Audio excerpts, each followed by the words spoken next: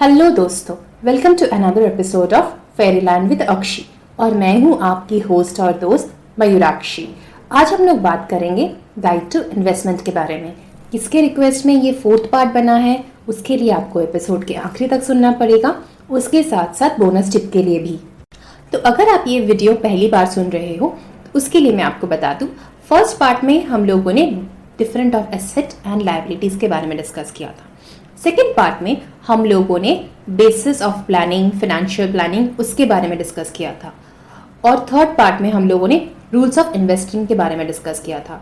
Fourth part थोड़ा सा deep है, जिसमें हम लोग डिफरेंट टाइप ऑफ इन्वेस्टर्स के बारे में बात करेंगे, क्या हमें नोटिस करना चाहिए बिफोर इन्वेस्टमेंट, उसके बारे में बात करेंगे। अगर आपने तीनों पार्ट नहीं सुना है तो मैं आपको लिंक डिस्क्रिप्शन बॉक्स में दे दूंगी, प्लीज़ उसे सुन लीजिएगा। और ये उनके लिए भी रिक्वेस्ट है, अगर आप इन्वेस्टमेंट के बारे में उतने सीरियस नहीं हैं, अगर आप किसी और पे डिपेंड करके किसी और के आइडियाज़ के थ्रू इन्वेस्ट करना चाहते हो, तो भी ये वीडियो आपके लिए नहीं है, बिकॉज ये थोड़ा सा डीप है और ये उन लोगों के लिए है जो इन्वेस्टमेंट के बारे में पैशनेट है।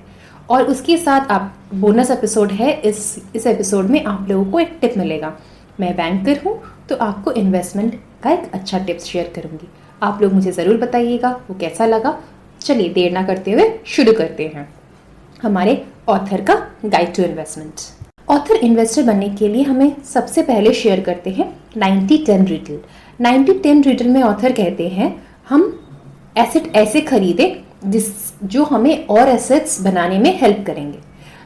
ऑथर के रिच डैड वही करते थे, वो पहले एक एसेट में इन्वेस्ट करते थे और उसी इन्वेस्टमेंट के से जो प्रॉफिट आता था उसी के सहारे वो और एसेट्स खरीदते चले जाते थे। ऑथर का कहना है ये स्ट्रैटेजी सिर्फ उनके रिच डैड की नहीं थी, बल्कि हर वो रिच इंसान की है जो हमारे इकोनॉमी को डोमिनेट करता है।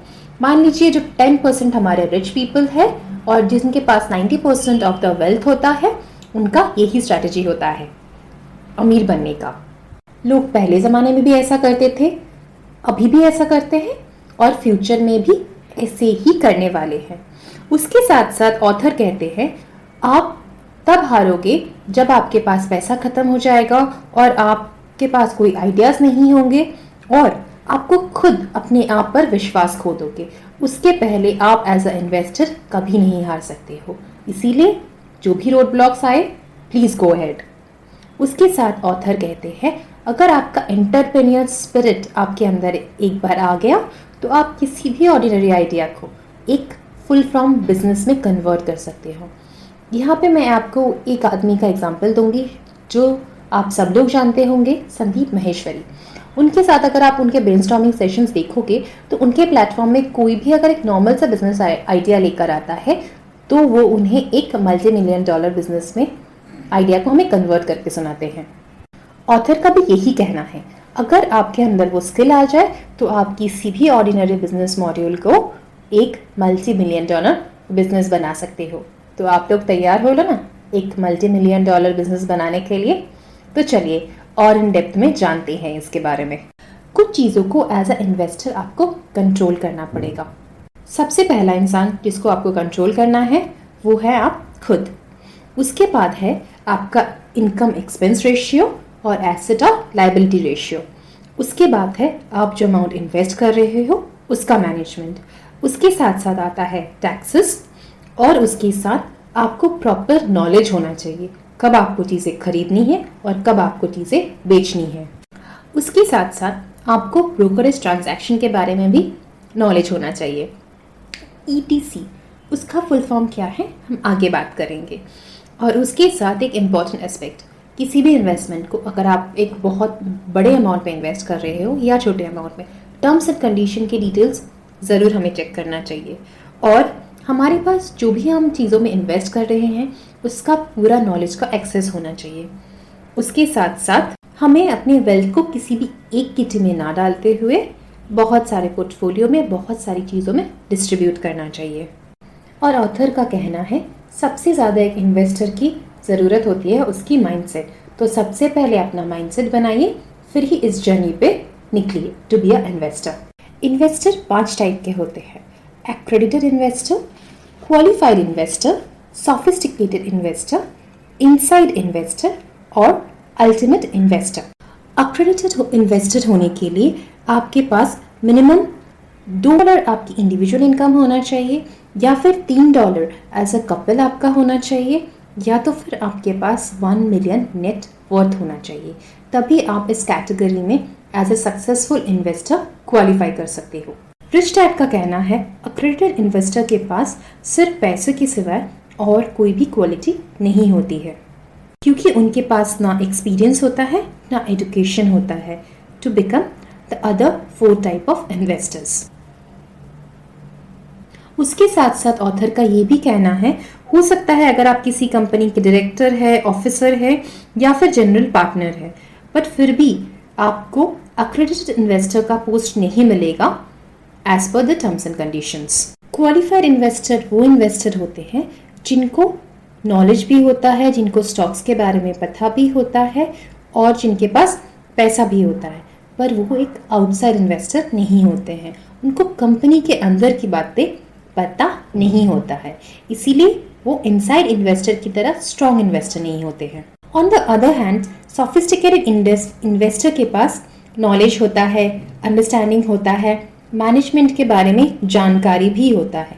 So as per rich dad sophisticated investor के पास वो सारी क्वालिटीज़ है जो एक ट्रू इन्वेस्टर में होने चाहिए। के साथ साथ उसको ये भी पता है टैक्स लॉज को कैसे यूज़ करना है, कैसे हर चीज़ को मोल्ड करके अपने फेवर में काम करवाना है। ऑथर का कहना है अगर आप खुद अपना बिजनेस नहीं बनाना चाहते हो पर आपको बिजनेस करना है तो ये कैटेगरी आपके लिए बेस्ट है। आपको एक सोफिस्टिकेटेड इन्वेस्टर ही बनना चाहिए। और इनसाइड इन्वेस्टर वो इन्वेस्टर होता है जो अपनी खुद का एक $multi-million बिजनेस इन्वेस्ट बनाता है और फिर उसको वो किसी को इन्वेस्टमेंट करने के लिए देता है या फिर खुद ही उस चीज़ को पूरा कंट्रोल कर सकता है। ये one of the best form इसलिए है क्योंकि आपके खुद के इन्वेस्टमेंट के ऊपर आपका फुल कंट्रोल होता है। उसके साथ साथ आप उस टीम के मैनेजमेंट को भी कंट्रोल कर सकते हो, जो अगर आप एक क्वालिफाइड इन्वेस्टर हो तो थोड़ा सा मुश्किल हो सकता है क्योंकि वहाँ पे मैनेजमेंट पर आप कंट्रोल नहीं कर सकते हो। और सबसे लास्ट है अल्टीमेट इन्वेस्टर। इसमें आते हैं हमारे वॉरेन बफेट या फिर बिल गेट्स, जो अपना खुद का एक $multi-million बिजनेस बनाते हैं और उनको लिस्टिंग करवाते हैं और फिर उसके ओनरशिप से उसका शेयर सेल करने के बाद वो प्रॉफिट कमाते हैं। This is the biggest type of investor. तो आई होप इसके साथ आपको डिफरेंट टाइप ऑफ इन्वेस्टर्स के बारे में तो एक नॉलेज आ गया है। अभी आप पर है आप कौन से टाइप ऑफ इन्वेस्टर्स बनना चाहते हो। उसके साथ साथ मैं आपको एक फंडामेंटल इन्वेस्टिंग और टेक्निकल इन्वेस्टिंग के डिफरेंस के बारे में एक झलक देना चाहती हूँ। फंडामेंटल इन्वेस्टिंग वो इन्वेस्टिंग है जहाँ पे लोग सिर्फ उस कंपनी जिस पे वो इन्वेस्ट करते हैं उसके बारे में जानकारी नहीं हासिल करते, उसके साथ साथ उस स्पेसिफिक इंडस्ट्री के बारे में जानकारी हासिल करते हैं और उसके साथ साथ उसका इकोनॉमी में क्या इफेक्ट होने वाला है उसके बारे में भी वो जानकारी हासिल करते हैं। इसकी वजह से अगर आपको इन सारी चीज़ों के बारे में पता है तब आपके लिए इन्वेस्टमेंट रिस्की ही नहीं होगा, क्योंकि आपको पता है आप पैसे कहाँ डाल रहे हो और उसका फ्यूचर क्या होने वाला है। एक टेक्निकल इन्वेस्टर वो होता है जो मार्केट के इमोशंस के ऊपर से इन्वेस्ट करता है, पर उसको पता है अपने लॉस को कैसे मिनिमाइज कर सकते हैं, इसीलिए वो हेजिंग करते हैं या फिर और डिफरेंट टाइप्स ऑफ अपने आप को प्रोटेक्ट करने के लिए यूज़ कर सकते हैं। जैसे मान लीजिए आप रास्ते पर निकल रहे हो पर एक छतरी के साथ। एक सोफिस्टिकेटेड इन्वेस्टर के पास ये सारी क्वालिटीज़ होती है, इसीलिए वो मार्केट के मूड्स के ऊपर इन्वेस्ट नहीं करते हैं वो, या फिर प्राइस के स्टॉक्स के ऊपर इन्वेस्ट नहीं करते हैं, वो स्टॉक्स के ऊपर इन्वेस्ट करते हैं। वही फ़र्क होता है एक एवरेज इन्वेस्टर। एक एवरेज इन्वेस्टर सिर्फ लोगों की बातों के ऊपर इन्वेस्ट करता है, पर एक सोफिस्टिकेटेड इन्वेस्टर मार्केट की कंपनी के फाइनेंशियल्स के ऊपर इन्वेस्ट करता है। इसलिए मार्केट ऊपर जाए या नीचे जाए वो हमेशा ही पैसे कमाते हैं और उन्हें मार्केट के ऊपर जाने का या फिर नीचे जाने का कोई भी डर नहीं होता है। ऑथर कहते हैं मार्केट जो क्रैश करता है वो गलत नहीं है, वो बुरा नहीं है। सबसे बड़ा प्रॉब्लम होता है जो इमोशनली पैनिक क्रिएट हो जाता है।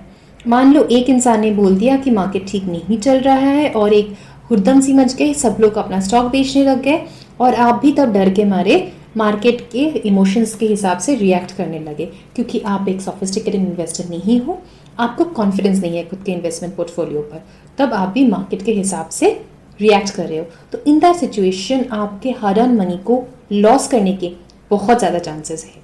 So be aware and try to be a sophisticated investor. Sophisticated investor ETC के कॉन्सेप्ट्स को भी मानते हैं. E stands for entity, T stands for timing and C stands for character. Author कहते हैं आपको ये पता होना चाहिए आप कौन से एंटिटी में इन्वेस्ट कर रहे हो और टाइम, और उसके साथ साथ आप उस चीज़ को कंट्रोल कर सकते हो या नहीं. एवरेज लोग सिर्फ एक टाइप ऑफ इन्वेस्टमेंट के बारे में जानते हैं या फिर एक टाइप ऑफ इनकम के बारे में जानते हैं. That is through paycheque means salary. But जो इंटेलिजेंट इन्वेस्टर है वो पोर्टफोलियो इन्वेस्टमेंट्स और पैसिव इन्वेस्टमेंट्स में ज़्यादा फोकस करते हैं क्योंकि उस पर टैक्सेशन भी कम होता है और उससे हमारा एसेट ग्रो करने की भी बहुत सारे चांसेस होते हैं. इसीलिए अगर आपको चाहिए कि आपका पैसा आपके लिए काम करे जब आप सोए, जो हमारे ऑथर कहते हैं, उसके लिए आपको एक सोफिस्टिकेटेड इन्वेस्टर बनना पड़ेगा. मैं तो सोफिस्टिकेटेड इन्वेस्टर बनना चाहती हूँ. आप क्या बनना चाहते हो मुझे ज़रूर बताइएगा. उसके साथ बोनस टिप, हम लोग बहुत बार इंश्योरेंस करते हैं हमारी फैमिली को प्रोटेक्ट करने के लिए, बट इंश्योरेंस में हम लोग ये भी देखते हैं कि हमें कितना रिटर्न मिलेगा. मैं आप लोगों को ये एडवाइस करना चाहती हूँ कि अगर आप आपकी फैमिली को प्रोटेक्ट करने के लिए इंश्योरेंस लेना चाहते हो तो प्लीज़ टर्म इंश्योरेंस में इन्वेस्ट कीजिए.